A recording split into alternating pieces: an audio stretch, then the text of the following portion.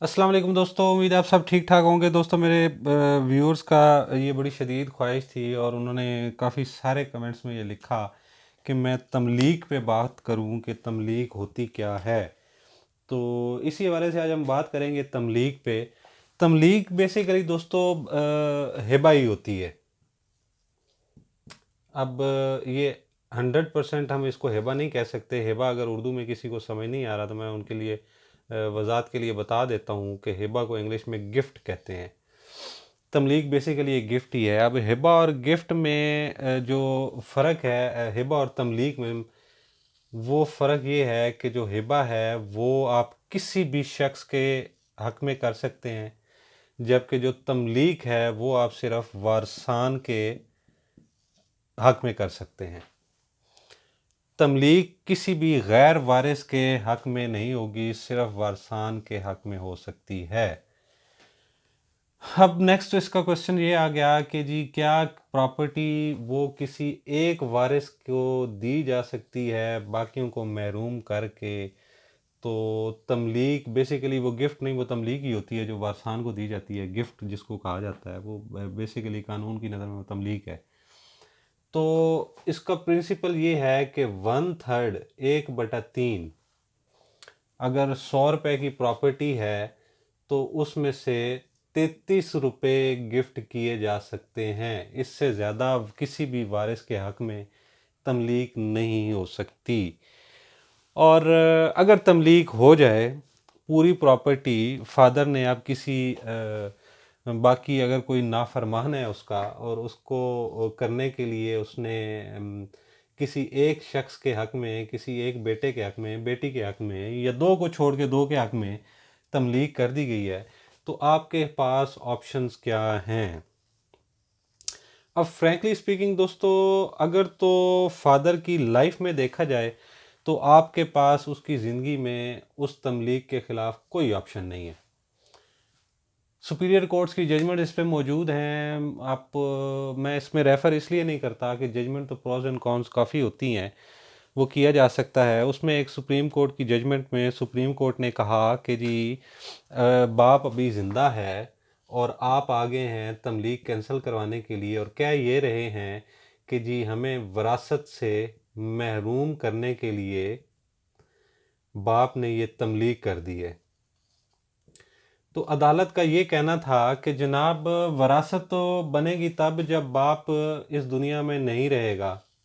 अभी तो आपका बाप जिंदा है, तो आप प्रायर इन टाइम कैसे आ गए हैं जनाब ये तमलीग कैंसिल करवाने के लिए। तो ये आपका दावा तो तब बनता है जब बाप की डेथ हो गई है, या उस भी शख्स की जिसके आप वारिस हैं, उसमें मदर हो सकती है। और फिर आप जाएं कि जी उसकी डेथ होगी और ये हमारी विरासत में हिस्सा है और ये तमलीग गलत है। अब तमलीग को गलत साबित करने के लिए अगर हम देख लें कि जी डेथ हो गई है, जो भी जिसकी भी प्रॉपर्टी थी, जिसके आप वारिस हैं, तो उसमें किस किस आंसर की बुनियाद पे तमलीग को चैलेंज किया जा सकता है। तो दोस्तों सबसे पहला आंसर है उसमें फ्रॉड।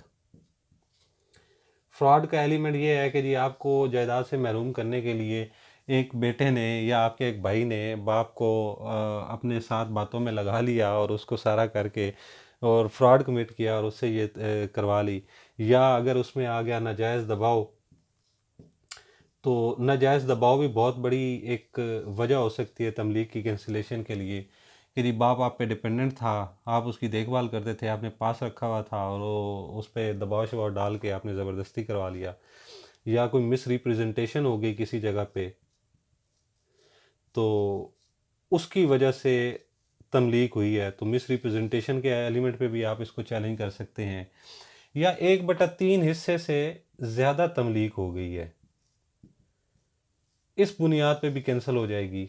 जो कि तमलीग गलत नहीं है, 1/3 हिस्से की हद तक वो रहेगी, उसके अलावा वो नहीं रहेगी। अब इसके अलावा तमलीग में 3 बेसिक फैक्टर होते हैं जो तमलीग के लिए ज़रूरी होते हैं। सिर्फ तमलीग के लिए नहीं, वो अगर हम बात करें तो गिफ्ट के लिए भी वो फैक्टर ज़रूरी हैं। सबसे पहली आ जाती है ऑफ़र। मैंने अपनी कॉन्टैक्ट वाली वीडियो में बताया है कि ऑफ़र क्या होती है।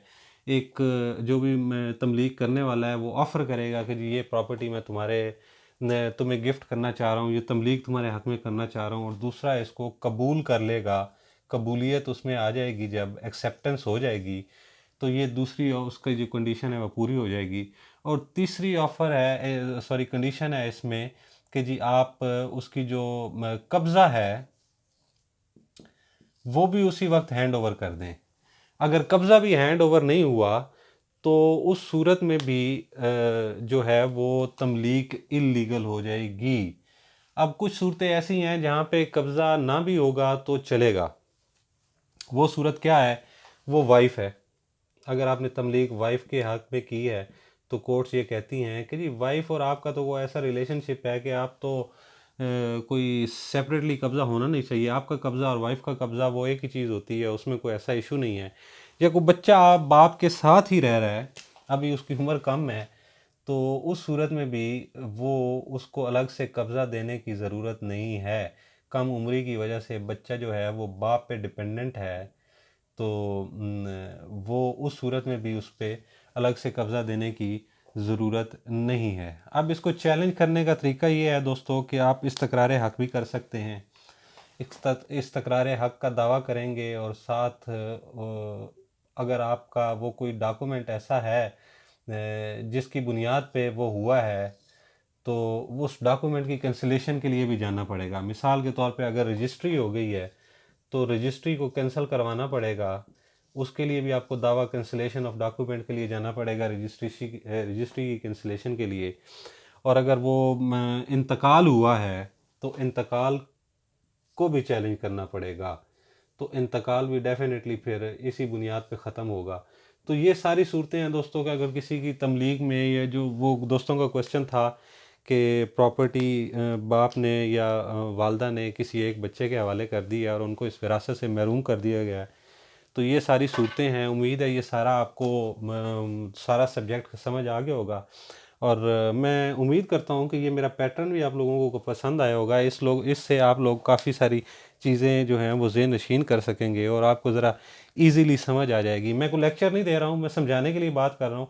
वैसे वीडियोस में मैं आप दोस्तों सबके सामने बैठा होता था तो उससे भी कोई इतना हेल्पफुल नहीं था, सिवाय मेरी शक्ल देखने के, और उसमें कोई ऑप्शन नहीं थी। तो ये काफ़ी सारी चीज़ें आप लोगों के लिए हेल्पफुल होंगी।